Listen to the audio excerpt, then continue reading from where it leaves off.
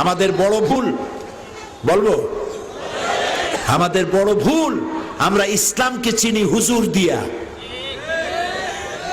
এটি মারাত্মক ভুল।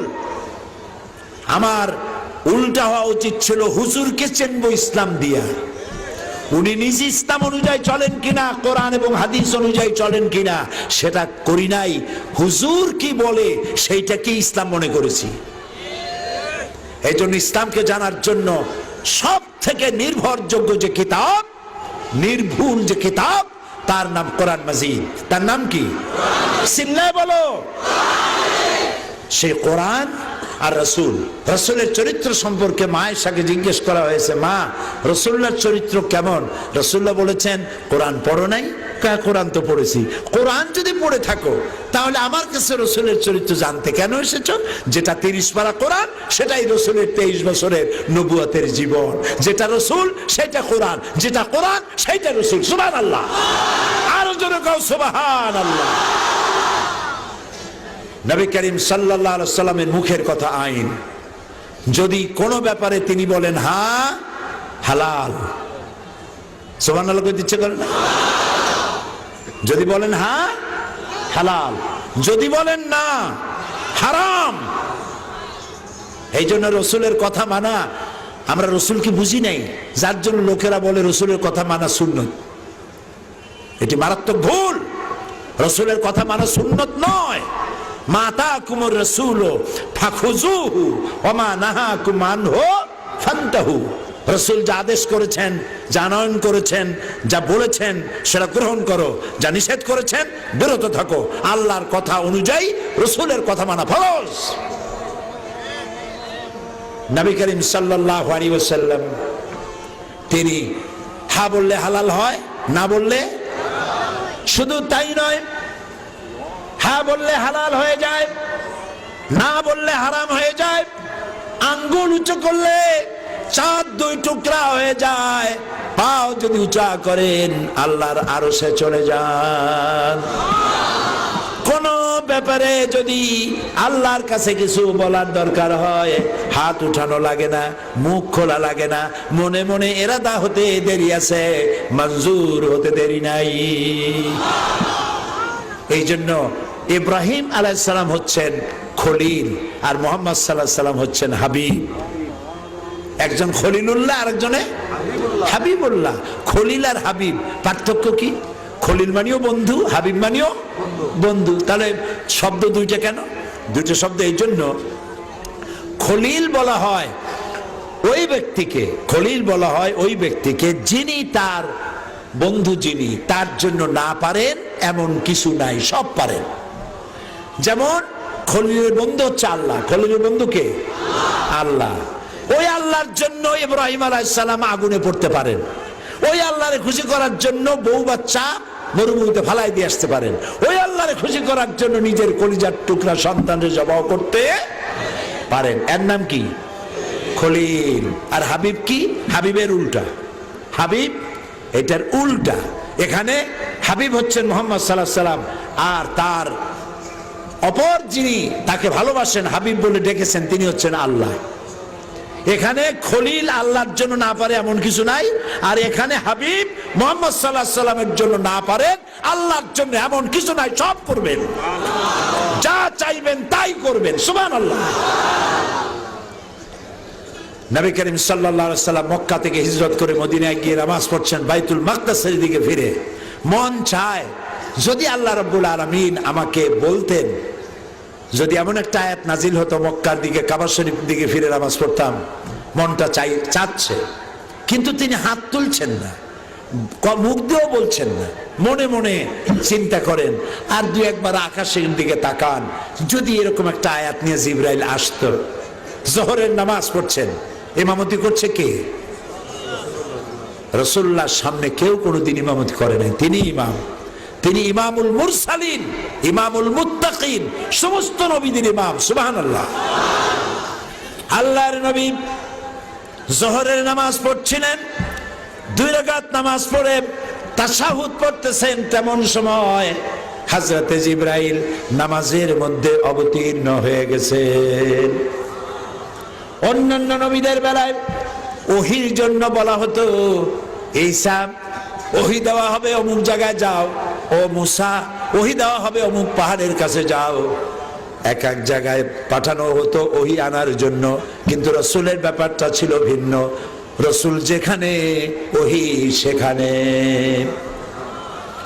নামাজের ভিতরে হযরতে জিবরাইল এসে ওহি নাজিল করলেন, কাদ নারা তাকাল্লুবা ওয়াজহিকা ফিস সামা। হে নবী, আমি বারবার লক্ষ্য করেছি আপনি আমার আকাশের দিকে তাকাচ্ছেন। আপনার মনের নিয়ত হচ্ছে মক্কা শরীফে কাবা শরীফের দিকে ফিরে নামাজ পড়বেন। আপনার দিলের আরজু পুরা হয়ে গেছে, মঞ্জুর হয়ে গেছে। বাকি নামাজ কাবার দিকে মক্কার দিকে ফিরে আদায় করুন। জোহরের বাকি 2 রাকাত নামাজ রাসূলুল্লাহ মক্কার দিকে ফিরে পড়লেন। সেই মসজিদ এখনো আছে, নাম কি? মসজিদে কিবলাতাইন। মসজিদে কিবলাতাইন। যারা যান নাই, যেতে পারেন নাই, আজকে দোয়া করি আল্লাহ তাআলা তাদের যাওয়ার তৌফিক দিন। জোরে বলেন আমিন। আরো জোরে বলেন আমিন। প্রিয় ভাই সব, রাসূল করিম সাল্লাল্লাহু আলাইহি ওয়াসাল্লাম তিনি এই পৃথিবীর সমস্ত মানুষের কল্যাণে কাজ করেছেন। তিনি তার কথা, আল্লাহ তাআলা তার কথা শুনেছেন এবং তিনি রাষ্ট্র পরিচালনা করেছেন। নারীকে মর্যাদা দিয়েছেন, শ্রমের মর্যাদা দিয়েছেন, শ্রমিকদের মর্যাদা দিয়েছেন। সব থেকে বেশি শ্রমিকদের ব্যাপারে বলেছেন, আল কাসিম হাবিবুল্লাহ, সহস্তে যে উপার্জন করে সে আল্লাহর বন্ধু। মিথ্যা বন্ধ করেছেন, চুরি ডাকাতি বন্ধ করেছেন। মানুষকে ওই যে বলা হয় যে রসুল এতগুলি যুদ্ধ করেছেন কেন? রসুলের কোন যুদ্ধ অফেন্সিভ ছিল না, প্রত্যেকটা যুদ্ধ ছিল ডিফেন্সিভ। আক্রান্ত হয়েছেন, আক্রমণের জবাব দিয়েছেন, আক্রমণের জবাব দিয়েছেন। যুদ্ধ নিজের থেকে যুদ্ধ করে কারো কোনো ক্ষতি তিনি জিন্দেগিতে করেন নাই।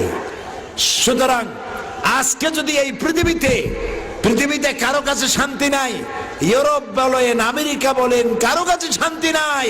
শান্তি আছে ইসলামের কাছে, শান্তি আছে মুহাম্মদ সাল্লাল্লাহু আলাইহি ওয়াসাল্লামের অনুসরণের মধ্যেই আছে শান্তি। আপনারা মনে করেন ইউরোপ আমেরিকায় খুব বুঝি শান্তি? না, আমি তো আল্লাহর মেহেরবানি এইসব দেশ দেখছি। এই পৃথিবীর 5টি মহাদেশের 50টিরও বেশি দেশ আল্লাহ তাআলা আমাকে দেখায়ছেন। ওদের সভ্যতার কাছে আপনার শেখার কিছু নাই, বরং ওদের শেখা উচিত মুসলমানদের কাছে। ওরা কি করছে জানেন? ব্রিটিশ পার্লামেন্টে, তারপরে আমেরিকান পার্লামেন্টে আইন পাশ করেছে, পুরুষ পুরুষকে বিয়ে করবে, মেয়ে লোকের বিয়ে করবে। নাউজুবিল্লাহ মিন যালিক। আমাদের দেশে কুত্তায় ওই কাম করে না, করে নাকি? বিবাহ করবে বিপরীত জেন্ডার, বিপরীত লিঙ্গের কাউকে। পশু জগতেও তাই, আর মানুষ জগতেও তাই। কিন্তু ওখানে আইন পাশ করেছে তারা। এবং এরা নাকে ফুল লাগায়, কানে দুল পরে, তারপরে ঠোঁটে রিং পরে, জিহ্বার মধ্যেও রিং পরে 4-5টা দেখছি আমি। চিন্তা করছি এরা ভাত খায় কেমনে, কি শয়তান! চিন্তা করে মাথার চুলগুলোতে রং মেখা তাল পাতার শিঙের মতো খাড়া করে দেয় এরকম। পিছনে চুল ছোট ছোট করে কেটে ওইখানে বাড়ির নম্বর, হাউস নম্বর, রোড নম্বর, টেলিফোন নম্বর লিখে রাখে মাথার পিছনে। শয়তানে চিন্তা করে যে আমি আর শয়তান হয়েছি কি হবে, এটা তো মারাত্মক শয়তান। বাপে তার ছেলেকে, এগুলো আবার চোখে দেখা, আন্দাজে বলি না।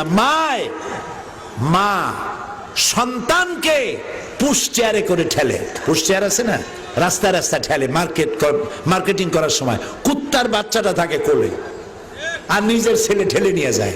বুকের দুধ খাওয়ায় না, ফিডার খাওয়ায়, আর বাচ্চারা ঠেলে, কুত্তাটা রাখে কোলে। এই বাচ্চা বড় হইয়া এই মায়ের কেমনি ভালোবাসবে? ছেলে বড় হইল আন্দাজে কয়টি তুমি দেখছো নাকি? এই ছেলে বড় হইয়া তারপরে একটা গার্লফ্রেন্ড নিয়ে চলে গেল কোথাও, আবার মেয়ে বড় হয়ে বয়ফ্রেন্ড নিয়ে চলে গেল কোথাও। এদিকে মা বাপ বুড়ো হয়ে গেছে, এই বুড়া বুড়ি যাবে কই? ওদের জন্য গভর্নমেন্ট তৈরি করছে ওল্ড পিপলস সেন্টার। আমি ওইটার নাম রাখছি বুড়া বুড়ির এতিমখানা। বুড়া বুড়ি ওইখানে পড়ে থাকে, দুধ মদ আর পত্রিকা দরজার সামনে থুয়ে যায় পুলিশে, ওইটা খুলে গভর্নমেন্ট খাওয়ায়, ওইটা নিয়ে তারা ভিতরে নিয়ে যায়। যেদিন দেখে 3-4 দিনের খবরের কাগজ মদ আর দুধের বোতল পড়ে আছে, ভিতরে নেয় না, তখন মনে করে কি হয়েছে, দরজা খুলে দেখে মরে পড়ে রয়েছে, কাছে ছেলেও নাই মেয়েও নাই। এই হলো তাদের জীবন। আরো শুনবেন, আমি যে বাড়ি থাকি লন্ডনে, ইস্ট লন্ডন, ওর সামনেই খ্রিস্টান এক বাড়ি। রাত্রে পুলিশ আসছে, সকালবেলা জিজ্ঞেস করলাম ওই বাড়ি পুলিশ আসছে কেন? ঘটনা শুনলাম স্বামী স্ত্রী ঝগড়া হয়েছে। ঝগড়া কি নিয়ে? স্ত্রী বলছে যে আমার বয়ফ্রেন্ডের সঙ্গে আজকে ডেটিং হয়েছে, আমার বয়ফ্রেন্ড আজকে রাত্রে আমার কাছে থাকবে, তুমি পাশে কোনো বন্ধুর ফ্ল্যাটে যাও। স্বামীরে বলতেছে। স্বামী কয় যেটা একটা কথা হইলো, কয় কেন কথা হবে না, এটা আমার রাইট। এই দুজনে ঝগড়া বাঁধছে, আর ঝগড়ায় কেউ কম যায় না। তারপরে 999 ডায়াল করেছে, টেলিফোনে 999 ডায়াল করা মানে পুলিশ স্টেশন। পুলিশকে কমপ্লেন করেছে, পুলিশ গাড়ি নিয়ে ভ্যাঁ ভোঁ করে বাজাতে চলে আসছে বাড়িতে। কয়েক মিনিট সময়ও লাগে না। পুলিশ জিজ্ঞেস করেছে কি? মেয়ে লোকটি বলছে সে আমার হিউম্যান রাইটস এর উপরে আমাকে আঘাত করেছে, আমার পার্সোনাল রাইটের উপরে সে আঘাত করেছে। কি বলে? এই ব্যাপার, আমি আমার বন্ধু নিয়ে রাত কাটাতে চাই, আর ওই বেটা তা থাকতে দেবে না। পুলিশ কয় যে বেটা, তোর বউ একটা বয়ফ্রেন্ড নিয়ে কেন 15টা নিয়ে থাকবে, তাতে তোর কি? ভাইয়া গেট আউট। এই হলো দেশ, এই হলো সভ্যতা, এই হচ্ছে ওয়েস্টার্ন সিভিলাইজেশন। কোথায় যাবা? ফাইনা তাযহাবুন। সেই জন্য আপনারা জানেন না, ইসলামের যত সন্ত্রাসী কইতেছে, এগুলো বলার পর ওই যে আমেরিকা, ওই যে বুশ, আল্লাহ জাগা মতো শাস্তি দেয়। ফেরাউনরে মারছে সুবাইয়া, নমরুদরে মারছে কি দিয়া? জুতা দিয়া। সেই জুতা আছে না নাই? এই যুগের নমরুদের কপালেও সেই জুতা। ওর নাম কি? নাম কি? এই নতুন যত বুশ তৈরি হবে, জুতা কিন্তু রেডি আছে। পৃথিবীতে আল্লাহর শাস্তি দিয়ে কেউ এড়াইতে পারবে না, পারে নাই, পারবেও না। তো দেখা গেল ওরা বলে যে মুসলমানরা সন্ত্রাসী, সারা পৃথিবীর সব মুসলমান সন্ত্রাসী, আর মাদ্রাসাগুলো সন্ত্রাসী বানায়। নাউজুবিল্লাহ। আরে বাবা, মাদ্রাসাগুলি তো ইসলাম বাঁচায় রাখছে, সেটা কওমি মাদ্রাসা হোক, সেটা আলিয়া মাদ্রাসা হোক। এই মাদ্রাসাই আলেমরা আর বড় বড় হাক্কানি পীরেরা, বড় বড় আলেমরা এ দেশে সারা পৃথিবীতে ইসলামকে বাঁচায় রেখেছে। পরীক্ষার রেজাল্ট দেখো, পরীক্ষার রেজাল্ট যদি দেখেন তাহলে দেখবেন জরিপ করে কলেজ, বিশ্ববিদ্যালয়, হাই স্কুল সব থেকে বেশি পাশের হার মাদ্রাসায়। কারণ কি? কারণ হচ্ছে মাদ্রাসার ছেলেরা আর একটা মেয়েকে SMS করে ডিস্টার্ব করে না, মেয়েদের পিছনে ঘুরঘুর করে না। Girls high school, girls college ছুটির সময় কলেজের মেয়েদের কলেজের সামনে, গেটের সামনে এতিমের মতো খাড়াই থাকে না। এই মাদ্রাসার ছেলেমেয়েগুলি লেখাপড়া করে বেশি, পরীক্ষায় পাশ করেও জনমের মতো। এগুলোর বানাইছে সন্ত্রাসী। যত টুপি দাড়ি যা দেখো সব হলো সন্ত্রাসী। এখন আমেরিকার লোকেরা চিন্তা করেছে যে তাহলে ইসলাম যে এত সন্ত্রাসী, মনে হয় কোরআন শরীফের মধ্যে, কোরআনের মধ্যে লেটেস্ট প্রযুক্তির বোমা বানাবার কোনো কিছু আছে। তো কোরআন শরীফের তো সকল ভাষায় তর্জমা, ট্রান্সলেশন আছে। ওরা কোরআন পড়া আরম্ভ করলো। কোরআন পড়ে দেখে যে এতে বোমা মারা তো দূরের কথা, বরং বলা আছে, আল্লাহ বলেছেন কেউ যদি একটা মানুষকে হত্যা করে, কয়টা মানুষ? একটি মানুষকে যদি কেউ হত্যা করে, ফাকান্নামা কাতালান নাসা জামিআ, সেজন্য সারা পৃথিবীর সমস্ত মানুষকে হত্যা করলো। আর একটা মানুষকে যদি কেউ বাঁচায় দেয়, সেজন্য সারা পৃথিবীর সব মানুষকে বাঁচায় দিল। এই কোরআন শরীফ পড়িয়া এরা বিষে ধরলো। এখন অবস্থা কি হয়েছে জানেন? এখন অবস্থা হলো প্রত্যেক বছর আমেরিকায় 25 থেকে 30 হাজার খ্রিস্টান ইসলাম কবুল করতেছে, মসজিদের সংখ্যা বাড়তেছে। বুশেদের হুশ নষ্ট হয়েছে এই জন্য। গ্রেট ব্রিটেন মসজিদ ছিল একটা, ওয়াকিং মসজিদ। আজ থেকে 150 বছর আগে একটা মাত্র মসজিদ ছিল। সেই গ্রেট ব্রিটেনে এখন মসজিদের সংখ্যা 8500। যাবা কই?